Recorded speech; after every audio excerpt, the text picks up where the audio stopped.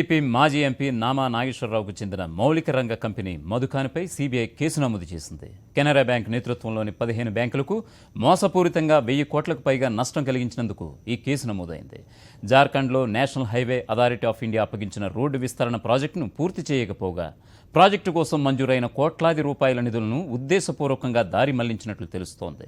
Road విస్తరణ పనులు ఎంతకీ పూర్తి కాకపోవడంతో జార్ఖండ్ హైకోర్టు జోక్యం చేసుకుంది. కేసును సుమోటోగా తీసుకుంది. హైకోర్టు ఆదేశాలతో సీరియస్ ఫ్రాడ్ ఇన్వెస్టిగేషన్ ఆఫీస్ రంగంలోకి దిగడంతో అసలు నిజాలు వెలుగులోకి చూచాయి. రోడ్డు ప్రాజెక్టు కోసం ఏర్పాటు చేసిన స్పెషల్ పర్పస్ వెహికల్ అయిన Ranchi express way CMD K Srinivasarao, డైరెక్టర్లు ఎన్ సీతయ్య, ఎన్ పృథ్వీ తేజతో పాటు Madhucon projects limited, Madhucon infra, Madhucon toll highway, ఆర్టింగ్ కంపెనీ, కోటా అండ్ కంపెనీపై సీబీఐ ఎఫ్ఐఆర్ నమోదు చేసింది. కెనరా బ్యాంక్తో పాటు కన్సార్షియంలోని బ్యాంకులకు చెందిన కొందరు అధికారులపైన సీబీఐ ఎఫ్ఐఆర్ నమోదు చేసింది.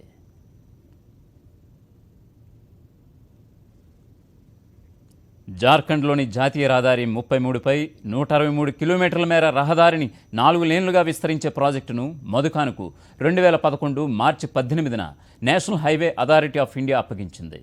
ఈ ప్రాజెక్టు కోసం రాంచీ ఎక్స్ప్రెస్ వే లిమిటెడ్ పేరుతో design, build, finance, operate, transfer ప్రాతిపదికన స్పెషల్ పర్పస్ వెహికల్ను మధుకాన్ ఏర్పాటు చేసింది.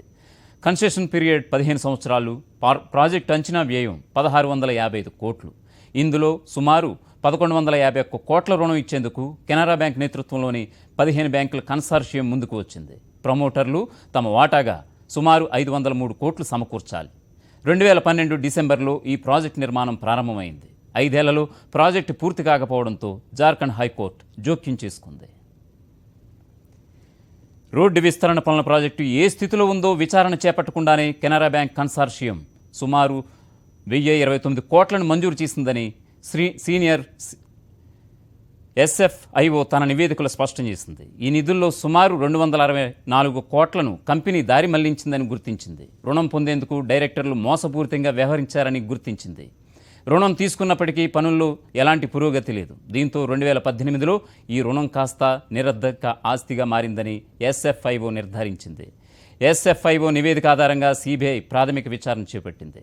తాజా పరిణామాల నేపథ్యంలో ఈ ఏడాది జనవరి 31న national highway authority of India ఈ కాంట్రాక్టును రద్దు చేసింది. కంపెనీ బ్యాంక్ గ్యారంటీగా పెట్టిన సుమారు 74 కోట్ల డిపాజిట్ను ఎన్హెచ్ఐఏ స్వాధీనం చేసుకుంది.